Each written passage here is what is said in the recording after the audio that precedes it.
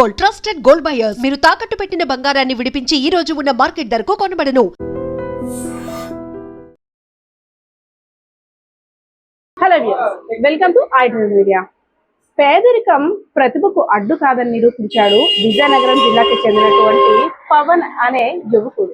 చిన్నప్పటి నుండి కూడా ఎన్నో ఒడిదుడుకులు తన్ని కుంగదీశాయి. ఎన్నో కష్టాలని ఎదుర్కొని ఇప్పుడు ఇన్కమ్ ట్యాక్స్ ఆఫీస్లో ఒక మంచి కొలువును సాధించాడు.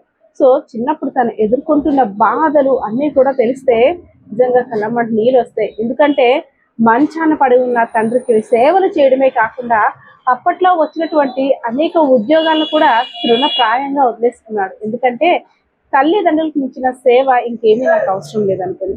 సో అంత మంచి వ్యక్తి కాబట్టే ఇప్పుడు ఒక మంచి కొలువు కూడా తన్ని అలా వరించిందనే చెప్పుకోవచ్చు. సో ఆ కొలువు ఏంటో, అసలు తను చిన్నప్పటి నుంచి పడ్డ కష్టాలు ఏంటో కూడా అడిగేద్దాం. దానికన్నా ముందు మనం విజువల్ చూసినట్టయితే మన పవన్ మార్నింగ్ టైంలో ఏం వర్క్ చేసేవాడో తెలుసా? కొబ్బరికాయల వ్యాపారం, అంటే కోకోనట్స్ కొట్టి వాటర్ అంటే అమ్మేవాడు అదంతా కూడా. అంతేకాకుండా జ్యూస్ షాప్ పెట్టుకొని ఎండ తాపాన్ని చల్లార్చుకునేందుకు వచ్చిన కస్టమర్స్ కి ఆ జ్యూస్ అన్ని కూడా అమ్మి ఆ వచ్చిన డబ్బులతోని ఫ్యామిలీ మెయింటెనెన్స్ అంతా కూడా చూసుకొని ఆ వచ్చిన కొద్ది మొత్తంలోనే ఇంటికి, అంతేకాకుండా తన చదువు కూడా పెట్టుకొని ఇప్పుడు అందరికీ కూడా స్ఫూర్తిగా నిలుస్తున్నటువంటి పవన్ తో మాట్లాడేద్దాం. Hi Pavan, congratulations. ఏంటి అసలు అంటే చాలా కష్టాలు సినిమాలో కూడా అలా ఉండవేమో అనిపిస్తుంది. నాకు అనిపించింది. మీ ఫాదర్ కి బాగాలేదు, అప్పట్లో కూడా నీకు చాలా జాబ్స్ వచ్చాయంటే కదా. ఎంతమంది మీరు మొత్తం? నాకు ఫస్ట్ ఇద్దరు మేడం, మా సిస్టర్, మా చెల్లి, నేను. చెల్లికి నాన్నకి కిడ్నీ ఫెయిల్ అవ్వగానే చెల్లికి మ్యారేజ్ చేసేసాం 18 years లో. తనకి డిగ్రీ సెకండ్ ఇయర్ స్టార్టింగ్ లో చేసేసాం. ఇంకా అప్పటి నుంచి ఇంకా నా ఇంటర్ అప్పుడే అయింది. నా ఇంటర్ అయ్యి డిగ్రీ నేను కూడా చేద్దాం అనే టైంలో డిఫెన్స్ వైపు నాన్నగారు వెళ్ళిపోమన్నారు. డిఫెన్స్ అయితేనే నీకు వేగంగా జాబ్ వస్తుంది, ఇంకా వేరేదైతే ఇప్పుడు వచ్చేలా లేదనేసి నేను అప్పుడు నాన్నగారు దూరంగా పంపించి వైజాగ్ లో రూమ్ లో ఉంచి చదివించడం జరిగింది. కానీ అప్పుడులో స్టార్టింగ్ లోనే వెంటనే రాలేదు. ఒక 1 year తీసుకున్నాక నాకు నేవీలో వచ్చింది జాబ్. కానీ అప్పటికే నాన్నగారికి కిడ్నీ ఫెయిల్ అయిపోవడం, నాన్నగారిని చూసుకోవడానికి ఎవరూ లేకపోవడం చాలా ఇబ్బంది అయిపోయింది. తనకి సికిల్ సెల్ ఎమనీ కూడా ఉండడం వల్ల బ్లడ్ కూడా తనకి ఫామ్ అయ్యేది కాదు. సో చాలా ఇబ్బందులు పడిపోయింది నాన్నను చూసుకున్నప్పుడే.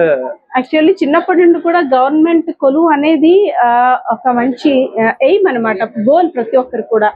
ఒకవైపు ఉద్యోగం, నువ్వు అనుకున్న ఉద్యోగం, ఇంకోవైపు మీ ఫాదర్ అనారోగ్యం. అసలు అంటే అనుకున్న ఉద్యోగం వచ్చిందని ఒకవైపు నా తండ్రి ఏమవుతుందో, అసలు ఆ టైం ఎలా హ్యాండిల్ చేస్తాను నాన్న?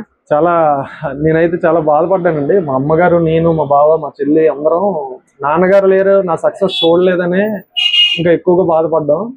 కానీ ఆయన ఎక్కడున్నా నాతోనే ఉంటాడు. లిటరల్లీ తను ఇప్పుడు నాతోనే ఉంటాడని నేను అనుకుంటాను. ప్రిపేర్ అయినప్పుడు కూడా ఫాదర్ చిన్నప్పుడు చాలా ముద్దుగా చూసుకునేవారు కదా. చాలా. ఇప్పుడు ఉంటే సక్సెస్ ని ఆయన అంటే ఆయన చాలా గర్వంగా ఫీల్ అయ్యారు, చాలా ప్రౌడ్ గా. చిన్నప్పటి నుంచి కూడా చాలా కష్టాలు అంటే కదా. పేదవాళ్ళైనా నన్ను ఎప్పుడు మంచి స్కూల్లోనే జాయిన్ చేయడం, తనకు ఎర్నింగ్స్ ఉన్న సెయింట్ జోసెఫ్ లోనే చదివించారు.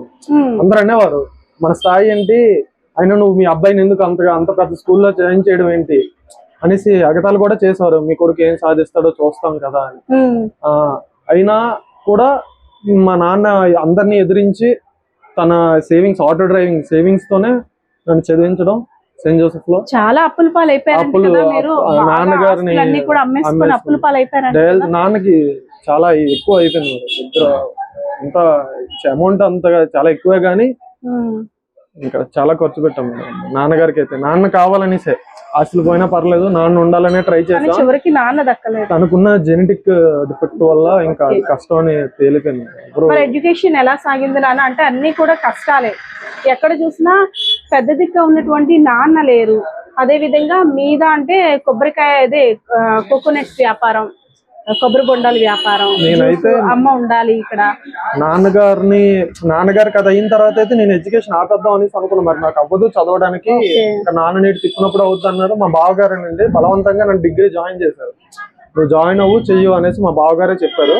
అప్పుడు ఎస్కే డిగ్రీ కాలేజ్ లో జాయిన్ అయ్యి సార్తో, ప్రిన్సిపల్ సార్తో, అక్కడ మా సార్ కూడా ఉన్నారు, తెలిసిన సార్, నేను పొజిషన్ ఇది, మా నాన్నగారికి ఎలాగంటే సరే అయితే ఎగ్జామ్స్ కి ల్యాబ్స్ కి అటెండ్ అవ్వ చాలు, మిగిలింది మేము చూసుకుంటాం, ఫైన్ కట్టేసే అనేసి అలా చేసి మాకు డిగ్రీ కూడా మంచిగా అయ్యేలా చేశారు. ఇన్ టైమ్ లోనే నేను డిగ్రీ కూడా కంప్లీట్ చేశాను. నాన్న బ్యాక్లాగ్స్ ఏం లేకుండా ఇన్ టైమ్ లో 3 years లో మొత్తం కంప్లీట్ చేసుకున్నాను. అయితే నేను ఇందాక నుండి ఇన్కమ్ ట్యాక్స్ డిపార్ట్మెంట్ లో జాబ్ వచ్చింది అనేసి అన్నాను కదా, అసలు ఏంటి ఆ జాబ్ ఏంటి?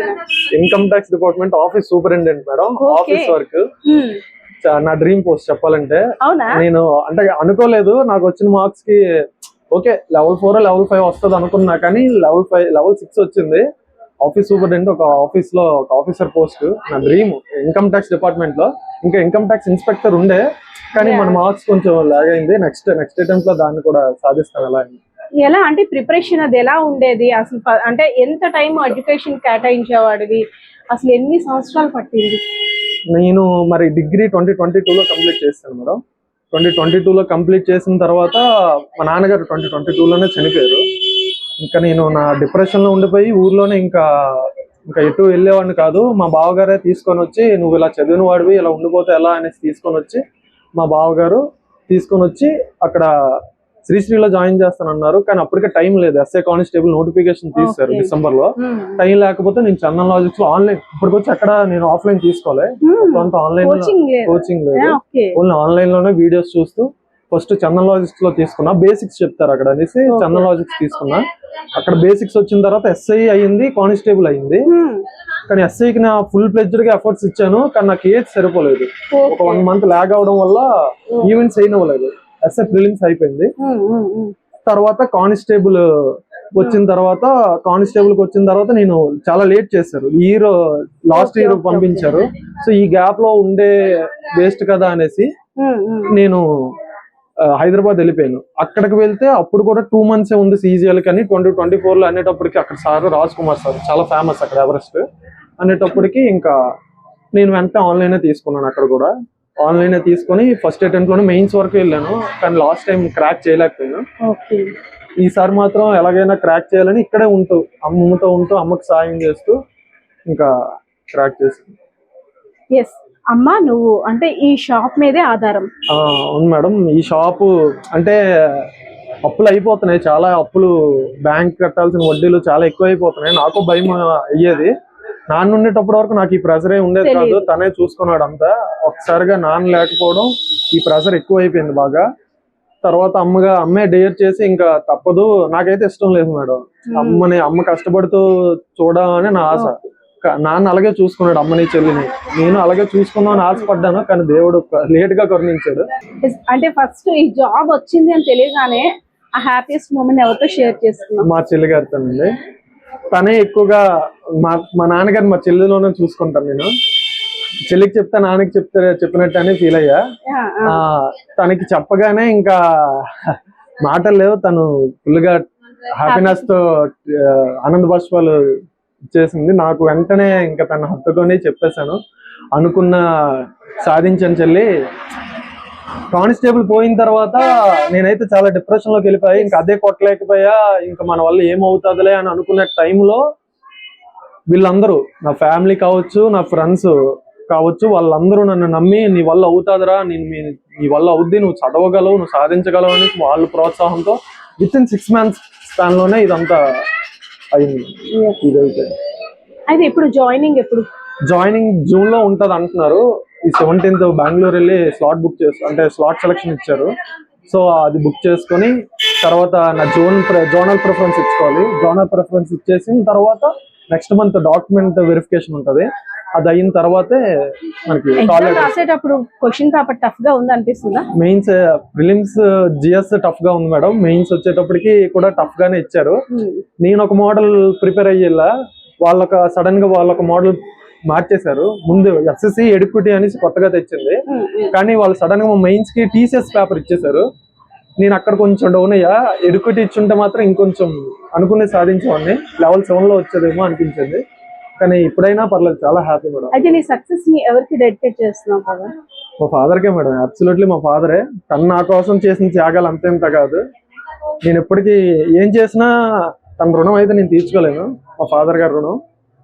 ఫ్యామిలీ కోసం తన సర్వస్వం త్యాగం చేస్తుంది. బెటర్లే. తల్లిదండ్రుల్ని అంటే ఆస్తులు తీసుకొని బయటికి పంపించేసిన కొడుకుల్నే చూస్తున్నాం. అదే విధంగా తల్లిదండ్రుల్ని ప్రేమతో వారి యొక్క ప్రేమను స్వీకరించడమే కాదు, వారి యొక్క కళల్ని మా కళల కింద కూడా చూసుకొని సాకారం చేయాలని ఇలాంటి పిల్లలు కూడా చూస్తున్నాం. ఎందుకు ఏడుస్తున్నావు? మీ ఫాదర్ అయితే మాత్రం చాలా హ్యాపీగా ఉండుంటారు పైన, అవునా? కంట్రోల్. మీ ఫాదర్ మీ చెల్లి రూపంలోనే ఉన్నారు కదా, అవునా? కంట్రోల్ నాన్న. Yes, Pavan success and inspirational story ఇది. సో పవన్ అయితే మాత్రం చాలా ఎమోషన్ అయిపోతున్నాడు. ఎందుకంటే చిన్నప్పటి నుండి కూడా వాళ్ళ ఫాదర్ పడ్డ కష్టాలు, హెల్త్ విషయంలో వాళ్ళు ఫేస్ చేస్తున్న ప్రాబ్లమ్స్, అప్పులకి వడ్డీలు కట్టలేక ఇప్పటికి కూడా ఎంత సతమతం అయిపోతున్నారో కేవలం ఆ ఫ్యామిలీ మెంబర్స్కే తెలుసు. సో అలాంటి టైంలో ఇలాంటి జాబ్ సక్సెస్ కన్నా నా ఫాదర్ నా పక్కన లేరు అనే బాధ తనైతే మాత్రం వెంటాడుతుంది. అదే విధంగా పవన్ యొక్క మదర్ ని కూడా మనం ఇంటర్వ్యూ చేయాలి. పవన్ వాళ్ళ మదర్ ని ఫస్ట్ మనం విష్ చేయాలి. కంగ్రాట్స్ అమ్మా. ఎందుకంటే మీ అబ్బాయి విజయం సాధించాడంటే తను చెప్తుంటే తన ఎమోషన్ అంతా కూడా అర్థమైంది. మీ హస్బెండ్ చనిపోయినప్పుడు ఎన్ని బాధలు పడ్డారో, అప్పుడు తనకి నేవీలో జాబ్ వచ్చినా సరే, అంటే ఓ పక్క తను చిన్నప్పటి నుండి కలగనటువంటి నేవీలో జాబ్, ఇంకో పక్క వాళ్ళ ఫాదర్ హెల్త్ కండిషన్, కానీ వాళ్ళ ఫాదర్ కి ప్రిఫరెన్స్ ఇచ్చాడు. నిజంగా అది మంచి ఆలోచన కూడా. సో సక్సెస్ అనేది ఎలా అయినా వరిస్తుంది, కానీ నా తండ్రి నా నాన్న నేను చూసుకోలేకపోయినా బాధ జీవితాంతం కూడా వెంటాడుతుంది. సో ఏంటి పవన్ గురించి ఏం చెప్తారు? చాలా కామ్ గా డీసెంట్ బాయ్ లా కనిపిస్తున్నాడు, నిజమేనా? కాముగా ఉంటారండి. అక్కడెక్కడ కూర్చుంది అక్కడ ఎవరితో మాట్లాడతారు పెద్దగా. మరి ఇంత కామ్గా ఉండేవాడు కొబ్బరి బొండాలు కస కొట్టేస్తున్నా. ఇంటికి వచ్చినా సరే అలా మరి ఊర్లోకి వెళ్ళరా నాన్న, ఎవరితో నీతో మాట్లాడుకో, అలా సరదాగా అందరూ చేయి రారా అని సరే. ఇంట్లో నీవమ్మా నేను బయటికి వెళ్ళబుద్ది ఏదమ్మా, ఇంట్లో ఉంటారు అలాగా. ఇంకా ఇంపార్టెంట్ ఇష్యూ ఏంటంటే 3 సంవత్సరాలు బట్టి సెల్లో రీఛార్జ్ చేసుకోలేదు. చేసుకోరా నాన్న, ఏ అవసరానికైనా నాకు నువ్వు ఫోన్ చేస్తావు కదంటే, లేదమ్మా నాకు ఏ రీఛార్జ్ వద్దు, ఎక్కడో ఏదో డేటా దొరికితే నేను వాడుకొని నీకు వాట్సాప్ కాల్ చేస్తాను తప్ప నాకు రీఛార్జ్ అయితే వద్దని 3 సంవత్సరాలు. మీ హస్బెండ్ అదే వాళ్ళ ఫాదర్ కింద కూడా తను బాగా సర్వీస్ ఇచ్చాడంట కదా. పట్టుకున్న ఫోటోలు కూడా తీసుకున్నారు. అలా చనిపోయే ముందు చెయ్యి వదలలేదమ్మా నా కొడుకు. అయితే ఇప్పుడు అలా కదా అన్ని కష్టాలు పడ్డారు కదా, దేవుడు మీ వైపు దయించాడంటారా? దయ చూపించాడు దేవుడు మా అందరూ ఉన్నాడు. అప్పుడు పెళ్ళైన కొత్తలో మమ్మల్ని పువ్వులా చూసేవాడు. అతను చనిపోయిన తర్వాత మేము ఒక అనాథం అయిపోయాము. మా అనాథలు కారణం నా కూతురే. అక్కడ ఒంటరిగా ఉంటే నువ్వు పాడైపోతాను, నీ ఆరోగ్యం పోతుందమ్మా అని తీసుకొచ్చారు ఇద్దరు ఇక్కడికి. సరే ఇప్పుడు మంచి ఆఫీసర్ అయిపోయాడు కదా, కొడుకుని ఏం గిఫ్ట్ అడిగారు? ఫస్ట్ జీతంతో ఏం కొనమని అడిగారు? ఏం పనొద్దమ్మా, దేవుడికి మొక్కులు అని తీర్చితే చాలు. అవునా? చాలా మొక్కులు మొక్కేసినట్టున్నారు. అంతే. ఎస్, మధ్య తరగతి కుటుంబీకుల యొక్క ఎమోషన్స్ ఇవన్నీ కూడా ఆ మదర్ కి తెలుసు. ఓ పక్క హస్బెండ్ యొక్క హెల్త్ కండిషన్, ఇంకో పక్క తన కొడుకు జీవితంలో సాధించాలని కళ్ళ కంటున్నటువంటి ఉద్యోగం. రెండిట్లో 2 కళ్ళల్లో ఏ కన్ను కావాలంటే ఎంత కష్టమో ఆ సిచ్యువేషన్ హ్యాండిల్ చేయడం కూడా అంతే కష్టం. ఆ టైంలో తను తీసుకున్న నిర్ణయం, ఎవరైతే పవన్ మనం ఇప్పుడు మాట్లాడుకుంటున్నాం కదా, హీరో పవన్ ఉన్నాడో, తను తీసుకున్న నిర్ణయం నిజంగా అభినందనాయకం. ఎందుకంటే ఉద్యోగం ఇది కాకపోతే ఇంకోటి వస్తుంది, నా తండ్రికి నేను తప్పితే ఇంకెవరూ లేరు సేవ చేయడానికని ఆ టైంలో తన ఫాదర్ కోసం ఉద్యోగాన్ని సాక్రిఫైస్ చేశాడు. సో కానీ అదృష్టం మళ్ళీ ఇన్కమ్ ట్యాక్స్ ఆఫీసర్ రూపంలో తన్ని వరించింది. సో ఇంకేముంది చెప్పండి, ప్రస్తుతం ఉన్న యూత్ అంతా కూడా దీన్ని చూసి చాలా నేర్చుకోవాలి. ఎందుకంటే పొద్దున్న ఇక్కడికి వచ్చి షాప్లో కష్టపడి ఈవెన్ మొబైల్లో కూడా రీఛార్జ్ లేకుండానే అక్కడ ఇక్కడ డేటా కనెక్షన్ వైఫై ద్వారా లెసన్స్ అన్ని కూడా నేర్చుకొని తను అనుకున్న గోల్ని రీచ్ అయ్యాడు. పొద్దున్న కొబ్బరి బొండాల వ్యాపారం, అదేవిధంగా జ్యూస్ షాప్ లో కూడా తను ఎలా వర్క్ చేస్తున్నాడో మనం చూస్తున్నాం.